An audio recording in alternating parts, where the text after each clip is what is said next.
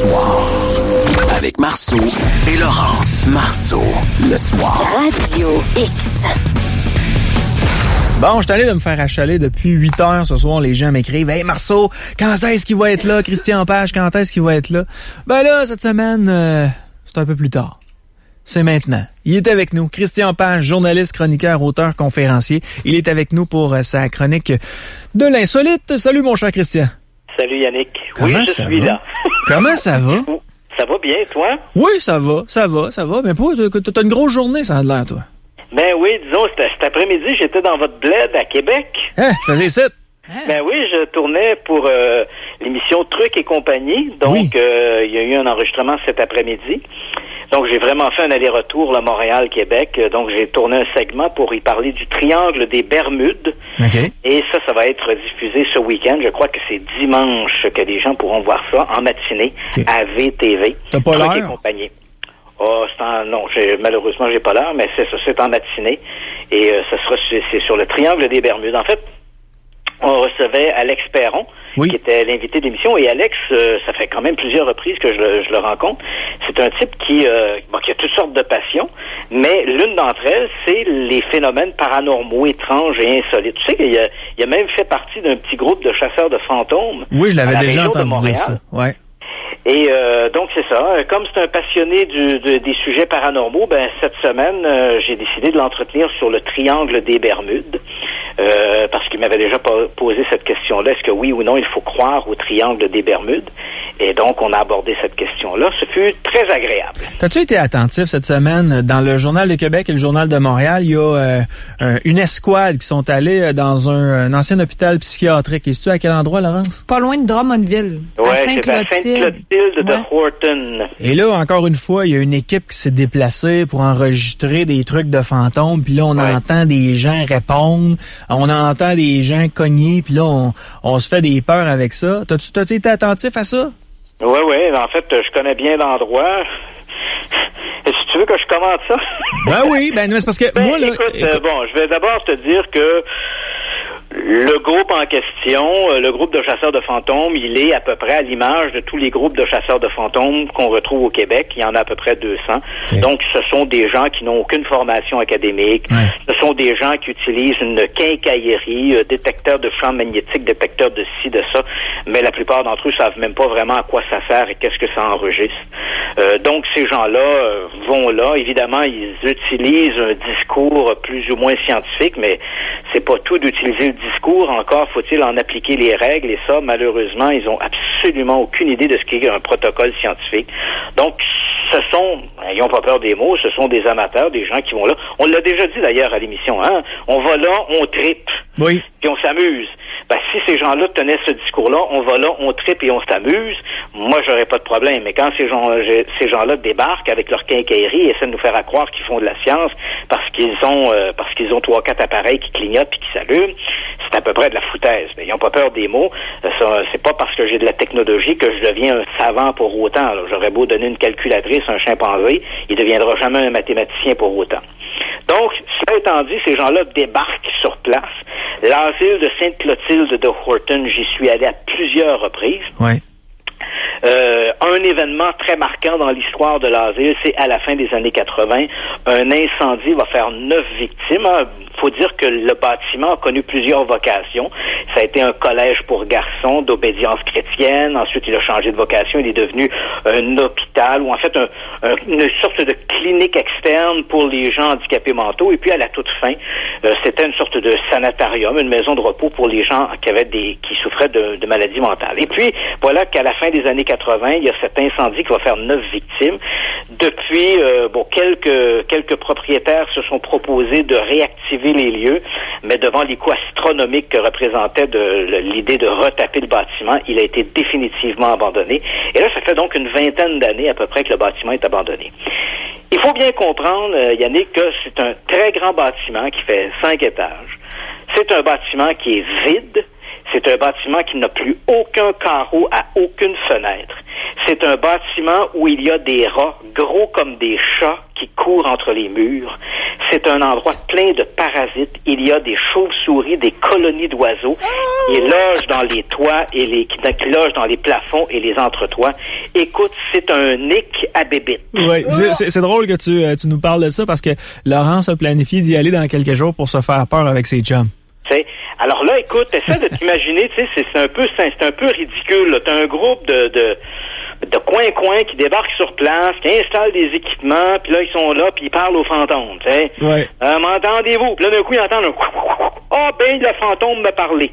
C'est un fantôme ou un pigeon qu'il y avait dans le toit, là, tu sais, là, c'est n'importe quoi. Puis là, à force d'écouter ça en satiété, là, ben, évidemment, il y a des mécanismes cognitifs qui sont bien connus. Hein? Le cerveau, par exemple, aime pas ce qui est abstrait.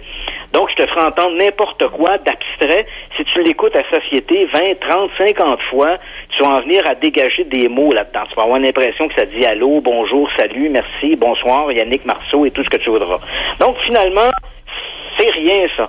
Et des appareils qui clignotent, là, qui s'allument puis qui s'éteignent, ça aussi, ça veut rien dire, là, tu sais, parce que, d'ailleurs, c'est assez amusant parce que j'ai déjà montré ces vidéos-là à des physiciens, et eux, ce qu'ils me disaient, quand ils regardaient ces gens-là aller, évidemment, ils se bidonnaient, bien sûr, mais en regardant ces gens-là aller, c'est drôle parce que eux, ce qu'ils interprètent comme étant du surnaturel, pour nous, c'est du naturel.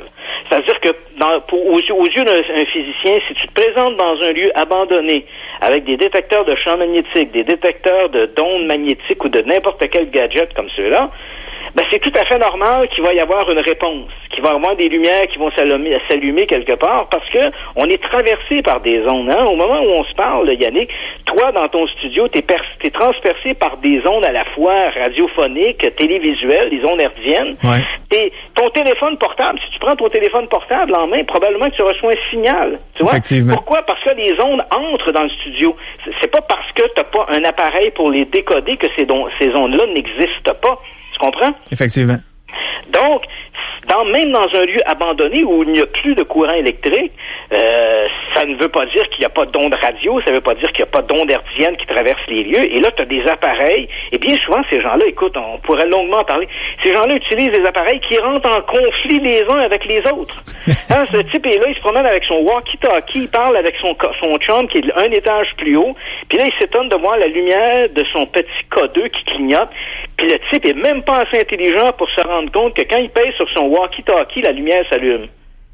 Ben, c'est incroyable. C'est incroyable. Puis le gars il a donné une entrevue, je me trompe pas, c'est avec Richard Martineau puis Jonathan Trudeau. Et le gars disait, vous savez, le poids de l'âme existe, le film 21 grammes. Puis je me suis souvenu que j'avais jasé avec toi d'un certain McDougall, qui lui avait réalisé ce qu'on peut appeler peut-être une étude, mais qui a été complètement défaite par la suite et qui mentionnait que le poids de l'âme pesait approximativement 21 grammes.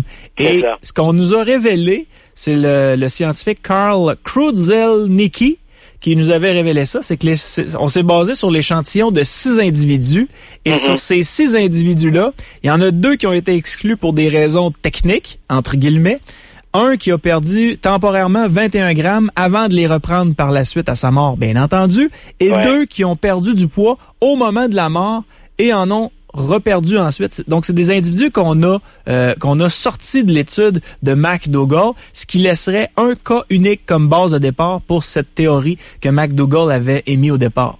Absolument. Ça tient pas à route, là. Ça tient pas la route. Est-ce que tu sais, par exemple, que l'idée que ces gens-là... Écoute, les chasseurs de fantômes utilisent de la quincaillerie électronique. Est-ce que tu sais d'où ça vient, cette idée-là? Non. Crois-le ou non, ça vient du film Ghostbusters.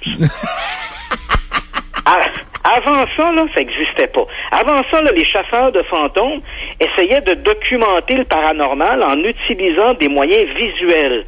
Donc, on mettait des caméras, évidemment, s'il y a un fantôme qui se manifeste, on va peut-être le voir. On mettait, par exemple, de la poudre de talc sur le sol. On se disait, si le fantôme vient, il va peut-être laisser une empreinte de ses pieds. On mettait des petites cordelettes avec des clochettes, dans l'espoir que si le fantôme venait, ben, il activerait les clochettes. Tu sais, c'était ça. C'était relativement rudimentaire et simple. Mais quand arrive ce film Ghostbusters dans les années 80, le réalisateur se dit, écoute, ce serait le fun si nos chasseurs de fantômes étaient techno. Fait que là, il le met entre les mains un paquet de gadgets qui servent absolument à rien, là. C'est de la film, on le comprend, c'est du cinéma. Ben, crois-le ou non, Les chasseurs de fantômes se sont inspirés de ça pour s'inventer leur quincaillerie à Saint-Sou. C'est incroyable. C'est aberrant, absolument. Nous sommes... Dans ce domaine-là des chasseurs de fantômes, il existe un principe. Écoute, je vais sûrement faire rire plusieurs, là. C'est un principe c'est un effet scientifique qui repose sur une étude des 2 chercheurs principaux qu'on appelle l'effet Crooner-Dunning ou Dunning-Kruger. Et ça se résume à ceci. Comment ça se fait que des imbéciles se pensent toujours des savants? Ah oui. Tu comprends? Oui. Tu as sûrement rencontré de ces gens-là autour de toi. Tu sais, des gens qui ont même pas l'école secondaire, mais ils sont prêts à contester toutes les grandes théories scientifiques. Les savants ont tort, eux autres, ils ont raison. Les savants comprennent pas la patente, eux autres, ils ont raison. Mais ça, le crois-le ou non, il y a des études scientifiques qui ont été faites là-dessus pour essayer de comprendre quel était le biais cognitif de ces gens-là. Ouais. Comment se fait-il que des gens aussi limités que ça en viennent-ils à croire qu'ils sont des savants? Ben écoute, c'est quand même aberrant et il y a tout un mécanisme d'entretien autour de ça.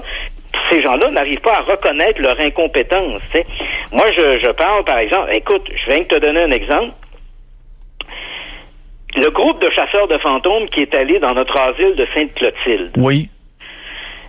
J'ai eu une conversation avec eux. Et voici à peu près à quoi ça se résumait. À un moment donné, le type, évidemment, qui m'aime pas beaucoup, on le comprendra. Personne n'aime voir, aucun escroc n'aime voir J.A. débarquer chez soi. Tu comprends? Oui. Fait que le type dit, il écrit publiquement, Christian Page n'aime pas les chasseurs de fantômes parce qu'il est dépassé par la technologie. Alors moi, ce que je réponds à ça, j'ai dit, c'est curieux parce que j'ai fait une série télé qui sera diffusée à Historia cet automne, à partir du 28 novembre, qui s'appelle L'Enquêteur du Paranormal. Et je réponds à ça, je dis, écoutez, si moi je suis dépassé par la technologie, visiblement, je ne suis pas le seul. Parce que j'ai pris tous les équipements que les chasseurs de fantômes utilisent sur le terrain, je les ai pris, je les ai amenés à l'Université McGill. Tu me comprends bien, là, à l'Université McGill. Oui. Pas à Quaticook dans une école primaire, là. L'Université McGill, département de physique. Et je les ai confiés à un physicien, Danny Plouffe. Et je lui ai demandé à Danny, est-ce que tu peux évaluer ces appareils-là? Que font-ils? À quoi servent-ils? Qu'est-ce qu'on peut tirer des informations que nous transmettent ces appareils-là? Et inutile de dire que ce physicien, Danny Plouffe, après avoir testé l'ensemble de ces appareils, et j'imagine que les gens qui regarderont la série télé vont sûrement se bidonner autant que nous, on s'est bidonné. On faisait déclencher des K2 avec un tournevis, on se frottait les pieds sur un tapis, puis on se frottait une balloune sur la tête, puis ça allumait plein de lumière. Tu vois le genre de truc. Ouais. Et Danny Plouffe dit, mais ça, là, c'est d'un ridicule absolu. Là. Ces appareils-là, c'est n'importe quoi et ça sert absolument à rien. Et quand je lui ai demandé à Danny quel type d'appareil il utiliserait, lui, s'il avait à faire une chasse aux fantômes, il a sorti une cuillère en bois en me disant, j'utiliserai ça parce que si le fantôme vient, au moins j'aurai l'opportunité de lui donner un coup sur la tête. Donc, pour résumer, ces appareils-là, c'est de la foutaise. Alors, c'est ce que j'ai répliqué à ce joyeux luron qui me disait que j'étais dépassé par la technologie. Et crois-le ou non, écoute, ce que je te dis là, c'est tout à fait sérieux. Il a répondu, il n'y a pas rien que toi de dépasser par la technologie. Visiblement, les physiciens de l'Université McGill le sont aussi. Il faut être un chasseur de fantômes pour savoir comment ces appareils-là fonctionnent.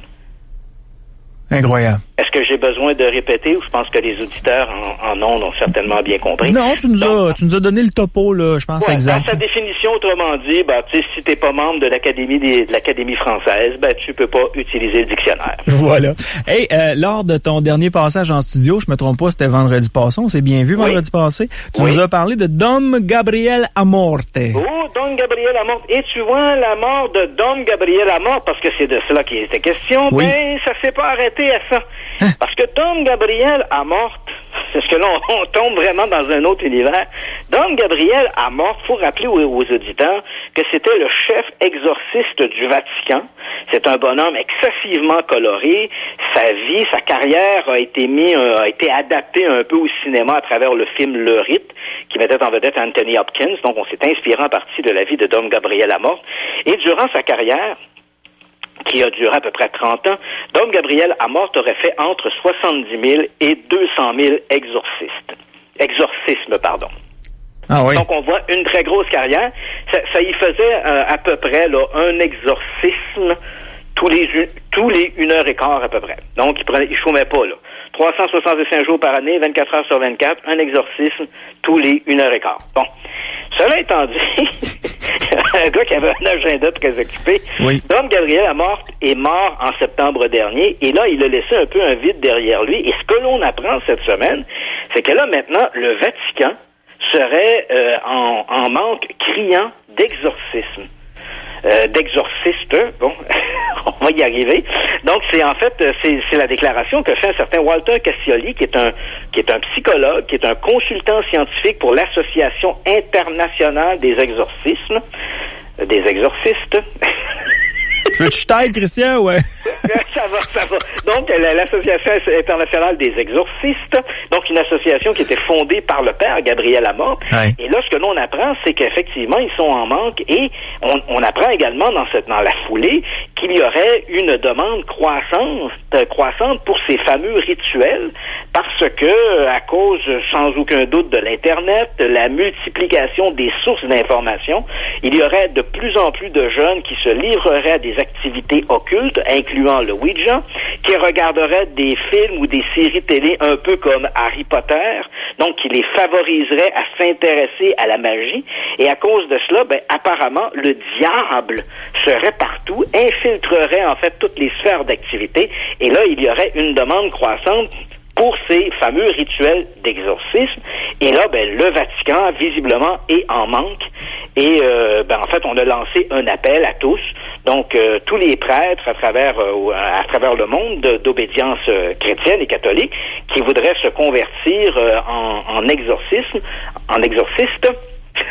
peuvent maintenant le faire et de se rendre au Vatican, où il y aura bien sûr des séminaires qui seront bientôt présentés pour finalement nommer de nouveaux exorcistes afin de répondre à cette demande. Donc c'est particulier. Le Vatican mentionne que Satan is back. Ouais, Satan is back. Puis, écoute, toi, Yannick, si éventuellement tu voulais te recycler dans un autre corps de métier. Je suis un impur, moi, Christian.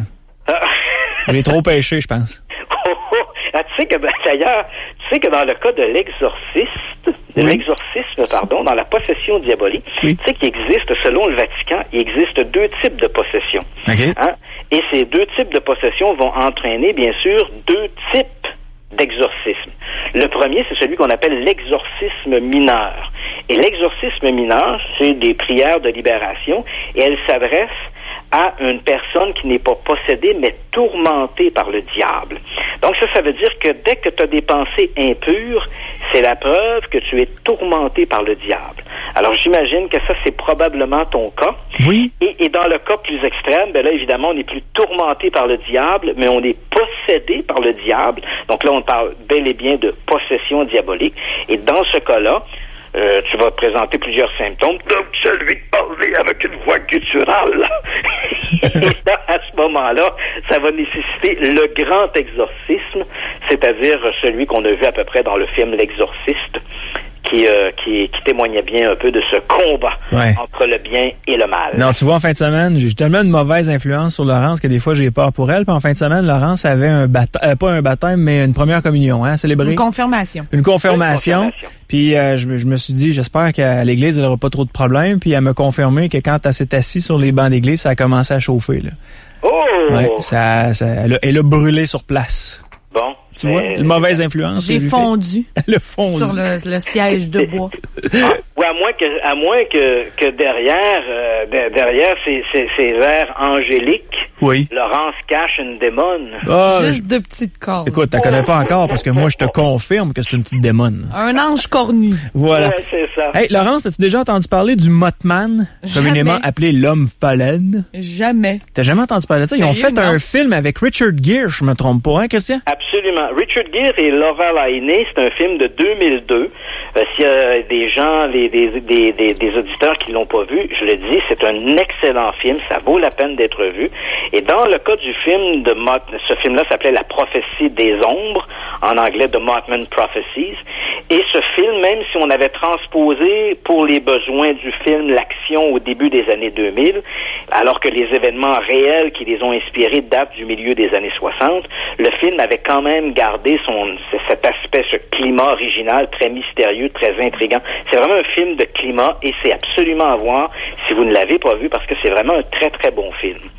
Et pourquoi je te parle de cette histoire du Mothman, c'est l'homme papillon ou l'homme phalène, c'est parce que il y a quelques jours se tenait à Point Pleasant. Point Pleasant, c'est une petite ville qui est sur la rivière Ohio, en Virginie occidentale, et c'est à Point Pleasant que s'est produit au milieu des années 60 cette histoire du Mothman. Et depuis une quinzaine d'années maintenant, on organise un festival du Mothman à Point Pleasant, qui se tenait d'ailleurs il y a quelques jours. Mais ce qu'il y avait de particulier pour cette année, c'est qu'on fêtait également le 50e anniversaire de cette histoire tout à fait étonnante qui continue de faire fantasmer les amateurs de mystère. Alors écoute, je te résume un peu les faits. On est en novembre 1966. On est le 15 novembre 1966. On a deux couples de jeunes adultes qui se trouvent à bord d'une même voiture, une Chevy de 1957. Ouais. Et ils se rendent... Faut comprendre qu'on a la ville de Point Pleasant et au nord de Point Pleasant, il y a là une sorte de petite... J'allais dire une ville, mais c'est pas une ville, c'était ce qu'on appelait le dépôt TNT. C'était plusieurs bâtiments très importants, en fait un complexe industriel, définissons ça comme ça, un complexe industriel où on faisait de la dynamite et on entreposait de la dynamite. Et après la Deuxième Guerre mondiale, cet endroit a été abandonné. Donc, les jeunes de Point Pleasant s'y donnent rendez-vous, à la fois, bien sûr, c'est devenu un peu un lover's lane, on y fait un peu du necking, et puis les jeunes s'y donnent rendez-vous parce que les policiers ne vont jamais sur le dépôt TNT, parce que ce sont des bâtiments désaffectés, mais il y a quand même des rues qui sont pavées, et on utilise ces rues pavées pour faire un peu des pistes d'accélération avec nos voitures. Alors, on est donc ce 15 novembre 1966, ouais. On a ces deux couples à bord d'une même voiture qui se présentent au dépôt TNT, et là, soudain, dans les phares de leur voiture, ils vont observer une créature qu'ils vont décrire comme étant une sorte de créature de monstre de 2 mètres de haut, avec de puissants yeux rouges sur la poitrine, lumineux. Et quand cette créature apparaît dans les phares de la voiture, elle déploie 2 grandes ailes qui sont tout à fait surprenantes. Alors, tu comprends que nos jeunes, paniqués, vont appuyer sur l'accélérateur, faire un demi-tour et regagner Point Pleasant. Ils vont raconter que durant le trajet, qui est à peu près une dizaine de kilomètres entre le dépôt TNT et la ville, durant ce trajet, la créature survolait la voiture et ils pouvaient voir son ombre projetée sur l'asphalte, sur la route menant à Point Pleasant. Lorsqu'ils arrivent sur place, ils en informent le shérif. On est dans le comté de Mason, qui va envoyer des hommes sur place, mais lorsque les policiers arrivent au dépôt TNT, il n'y a plus rien. Donc cette fameuse créature, eux ne la verront pas. Et le lendemain, bien sûr, les journaux s'emparent de l'histoire et on commence à en parler abondamment. Dans les semaines et les mois qui vont suivre, d'autres personnes vont dire avoir observé cette même créature près ou dans le dépôt TNT. Alors là, évidemment, la presse continue de se faire l'écho de ces observations. Et il faut se rappeler qu'en 1966, début 1967, on a à la télévision la série Batman. Et c'est de là qu'un journaliste en mal de sensation va dire, voici après Batman, voici Mothman. Et c'est comme ça que le nom de la créature apparaît. Et dans la foulée de ces observations, il n'y a pas que l'homme papillon que l'on voit. Il y a également, apparemment, des ovnis qui sont observés au-dessus de Point Pleasant. Et on voit même des hommes en noir débarquer sur place. Donc, des personnages un peu inquiétants, tout de noir vêtus, chapeau mou, qui conduisent apparemment des Cadillacs d'une autre époque. On est en 1966, 67, et ces hommes semblent conduire des Cadillacs qui remontent au début des années 50. Ils sont toujours par groupe de 3, ne parlent à personne, ils sont à leur affaire. Ça semble être un peu comme des observateurs. Ils sont là pour voir ce qu'il se passe. Et là, ce que je te raconte, c'est tout le folklore, là, bien sûr. Je peux pas te confirmer chaque événement comme étant authentique, mais c'est ce que l'on raconte. Ouais. Et puis voilà que le 15 décembre 1967, donc 13 mois après le début des apparitions du Mothman, le pont, le Silver Bridge, qui relie Gallipoli de l'autre côté de la rivière Ohio et Point Pleasant, va s'effondrer et il va faire une quarantaine de victimes parce que le pont à ce moment-là est bondé de voitures. Les voitures se retrouvent à la flotte et on parle d'une quarantaine de victimes. Et après cette tragédie, les observations vont diminuer et disparaître. Alors là, tu vois, dans le folklore fantastique, dans l'univers du paranormal, on va s'emparer de cette histoire du Mothman en se demandant, est-ce que cette créature était annonciatrice de cette catastrophe? Est-ce qu'il y avait un message dans ces apparitions qui disait aux gens, attention, quelque chose va arriver, quelque chose doit arriver, et ce quelque chose aurait été la chute du Silver Bridge. Et c'est un peu dans toute cette trame que tu vas retrouver dans le film avec Richard Gere, mais c'est également cet événement qui éventuellement fera l'objet d'un livre signé par John Keel qui s'appelle The Mothman Prophecies, la prophétie des ombres, et qui va raconter toutes ces histoires. Est-ce qu'on a étudié la fameuse photo qui a été prise sur ce pont où on voit un homme qui serait accroché, puis on dit que c'est le Mothman? Ben, tu vois, la photo que moi, je suis allé là-bas, j'ai enquêté là-dessus, et écoute, je pourrais longuement t'en parler. La photo dont tu parles, où on voit la créature, le Mothman, cette photo-là n'est pas la photo du Silver Bridge. Cette photo-là a été prise au début des années 2000 d'un tout autre pont. Donc, rien à voir avec l'incident du Mothman. Donc, ça, c'est un peu de la foutaise. OK, donc on n'a pas de photo là, du fameux Mothman. Non, on n'a pas de photo. Et moi, je te dirais que personnellement, il y a quand même un petit détail que j'ai omis de te dire et je pense qu'il n'est pas dénué de sens. Après, lorsque le dépôt TNT a été abandonné après la Deuxième Guerre mondiale, tout ce complexe industriel est devenu une réserve faunique et principalement un sanctuaire d'oiseaux. Or, si tu regardes parmi les oiseaux, il y avait au dépôt TNT des colonies de grues cendrées. Et une grue cendrée, c'est un très grand oiseau échaffier qui peut faire 1,80 m de haut. Lorsqu'il est effrayé, il replie son cou sur lui-même et sa tête se trouve à la hauteur de sa poitrine. Et évidemment, pour impressionner ses prédateurs, les prédateurs ou autres, il va déployer ses ailes en se donnant un aspect très menaçant. Ben, effectivement, je viens d'aller voir c'est quoi une grue cendrée. J'avais jamais vu ça de ma vie. Puis on le voit là, le fameux quand il est dans les airs puis il veut être imposant, là, il se baisse comme le cou puis il est comme cambré. Voilà. Alors si on prend ça et on compare ça à la description que les premiers ont raconté, le couple Scarberry et Mallet. Oui. Il raconte une créature qui, étrangement, ressemble à une grue cendrée. Est-ce que ce fameux soir du 15 novembre 1966, est-ce que dans les conditions où ils ont observé cette créature, est-ce qu'ils n'auraient pas pu confondre une grue cendrée dans les phares de leur voiture et finalement imaginer que la créature était plus grande, plus imposante, plus inquiétante que qu'est-ce qu'ils ont observé? Et là, je comprends, il y a probablement des auditeurs qui vont dire, oui, mais attention, Christian, une créature, un oiseau de 1,80 m et une créature de 2 mètres couverte de plumes sombres avec des yeux lumineux, il y a quand même un univers entre les deux, c'est vrai. Mais il ne faut jamais sous-estimer le pouvoir de la suggestion. Christian... Rappelle-toi, Yannick, le 30 novembre 1938, lorsque Orson Welles a fait à la radio sa fameuse émission de la guerre des mondes, qui était une fiction, des dizaines, sinon des centaines de gens ont téléphoné au service de police pour dire « Je les ai vus, les Martiens. Je les ai vus, les machines volantes. » Et à 2 reprises aux États-Unis, des événements un peu semblables, on appelait ça le gazeur fou, donc dans les années 30 et après dans les années 40, autant en Ohio qu'en Virginie, des rumeurs ont commencé à circuler qu'un homme masqué d'un masque à gaz entrait dans les domiciles et gazait les gens, lui lançait des bouffées de gaz au visage. On appelait ce personnage mystérieux le Mad Gazer.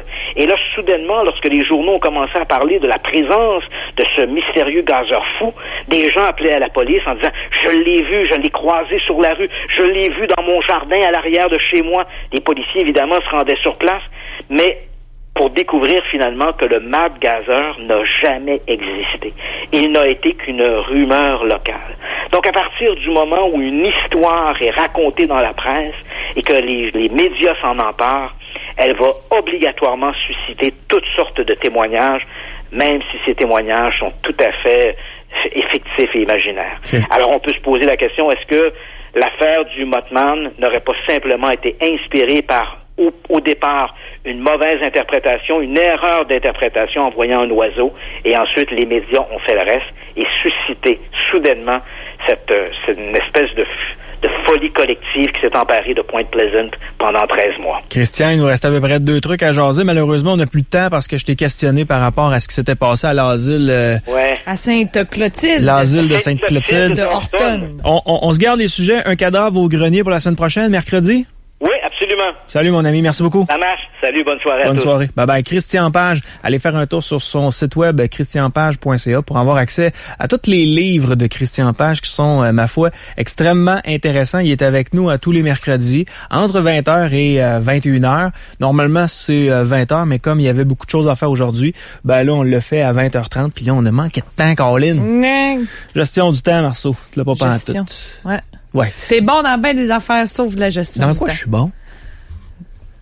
Là, tu me laisses ça en pause pour y penser. On va faire une pause. Marceau.